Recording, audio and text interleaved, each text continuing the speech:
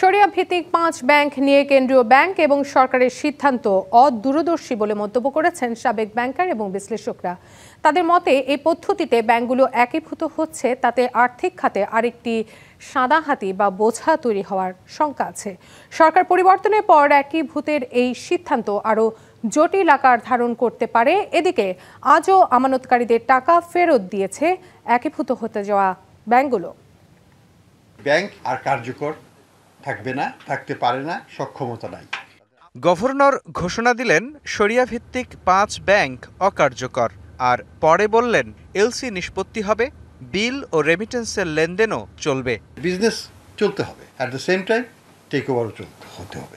গভর্নরের ঘোষণার পরদিন ব্যাংকের শাখায় গিয়ে দেখা গেল সবকিছুই যেন থমকে গেছে। অনিশ্চিত ভবিষ্যতে চিন্তিত কর্মকর্তা কর্মচারীরা।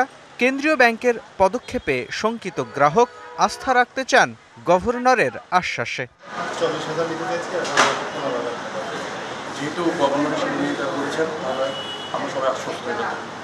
এদিকে শরিয়া ভিত্তিক ব্যাংকগুলো নিয়ে কেন্দ্রীয় ব্যাংক ও সরকারের এই সিদ্ধান্ত টেকসই হবে কিনা তা নিয়ে সন্দেহ আছে সাবেক ব্যাংকারদের মধ্যে।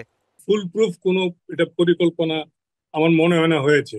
শুধু তো এই ৫টা ব্যাংকই খারাপ ছিল না, পদ্মা ব্যাংক, ন্যাশনাল ব্যাংক, এগুলো তো আসলে একটাও তো খুব ভালো রান করতেছে না। এদেরকে কোনো ট্রিটমেন্ট না দিয়ে শুধু শরিয়া বেসড ব্যাংকগুলোকে উনি কেন এই ট্রিটমেন্টের মধ্যে নিয়ে আসছেন?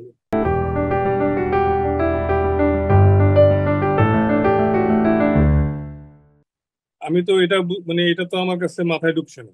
কি প্রক্রিয়ায় ব্যাংকগুলো একীভূত হচ্ছে তা স্পষ্ট নয় বিশ্লেষকদের কাছেও।